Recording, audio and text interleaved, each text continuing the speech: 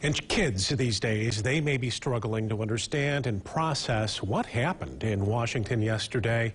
News 8's Emily Leonard is talking with an expert on how to help our kids.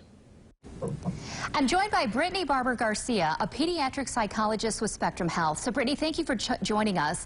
So many of our children were able to see the images of yesterday. How do we even start talking to our kids about what happened? Yeah, thank you so much for having me today. I think that it's a really excellent question. First and foremost, it's really important that as parents and as caregivers, as teachers, as trusted adults, it's important that we stay calm first when addressing kids and teenagers about the events that happened yesterday.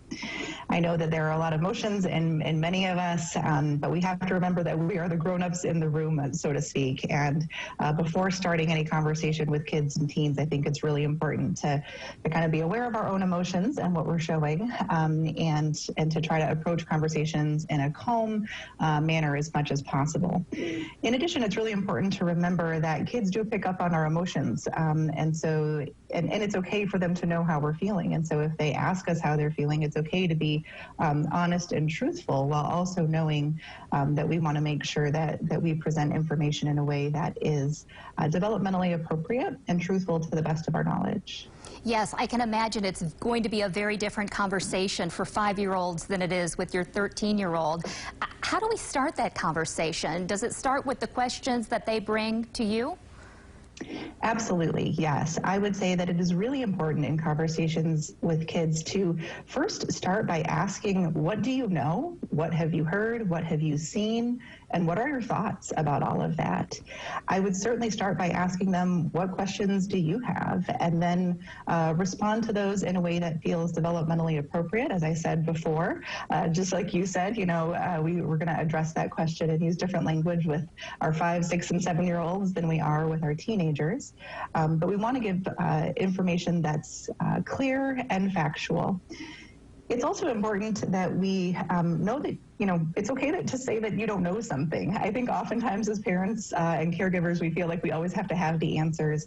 And in these situations, we just might not. And so it's okay to tell your child, or to tell, any kid who you're with, that you're not sure, and that you can wonder aloud about that together, and find out more information and get back to them with an answer. Is this an appropriate time to talk to your kids about activism and picking a side, or how do we talk to kids about that?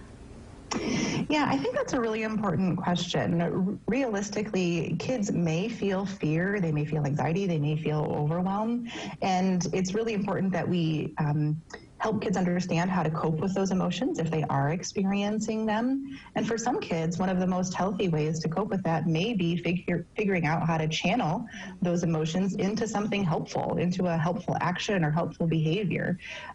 For younger kids, that may be, drawing pictures for helpers and sending them to first responders. For older kids, it may be a helpful discussion about what are alternative ways we can respond in situations in which we feel something unjust or something that we are not happy with has happened.